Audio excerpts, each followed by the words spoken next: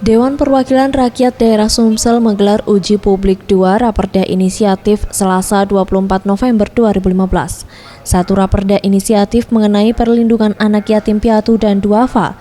DPRD Sumsel telah meminta Pemprov Sumsel untuk menganggarkan dana melalui Bansos serta APBD Sumsel tahun 2016.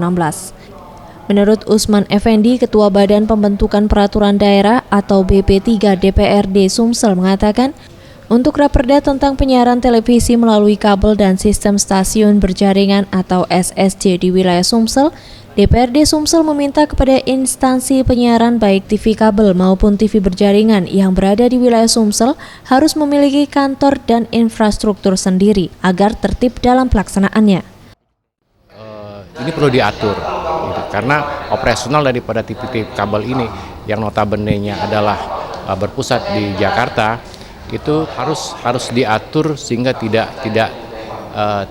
sehingga menjadikan tertib seperti itu. Banyak yang kita jumpai bahwa TV kabel ini kan di dalam operasinya itu, dalam fasilitasnya itu masih menumpang pada salah satu fasilitas dari BUMN. Ya, saya nggak mau menyebutkan BUMN mana, tapi kita banyak melihat dia menumpang-numpang di fasilitas BUMN. Nah, hal seperti ini perlu kita atur. Kalau mereka mau beroperasi di Sumatera Selatan tentunya seperti ini, mereka harus menyiapkan dulu sarana dan perangkat-perangkatnya.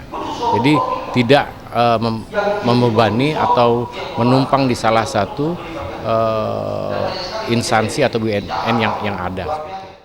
Sementara itu, Adrian Saptawan, akademisi dari Unsri menilai uji publik terhadap Raperda Inisiatif memang sepatutnya dilakukan dengan harapan Raperda yang telah ditetapkan dapat dijalankan oleh pemerintah daerah, artinya tidak sebatas aturan saja. Ini tidak hanya sebatas selesai sebagai aturan-aturan yang ini ya, umum ya.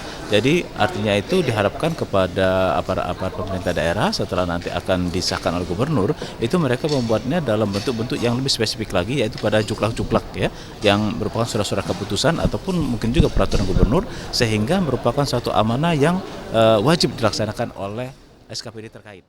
Gusti Putu Sumertayasa, Sriwijaya TV.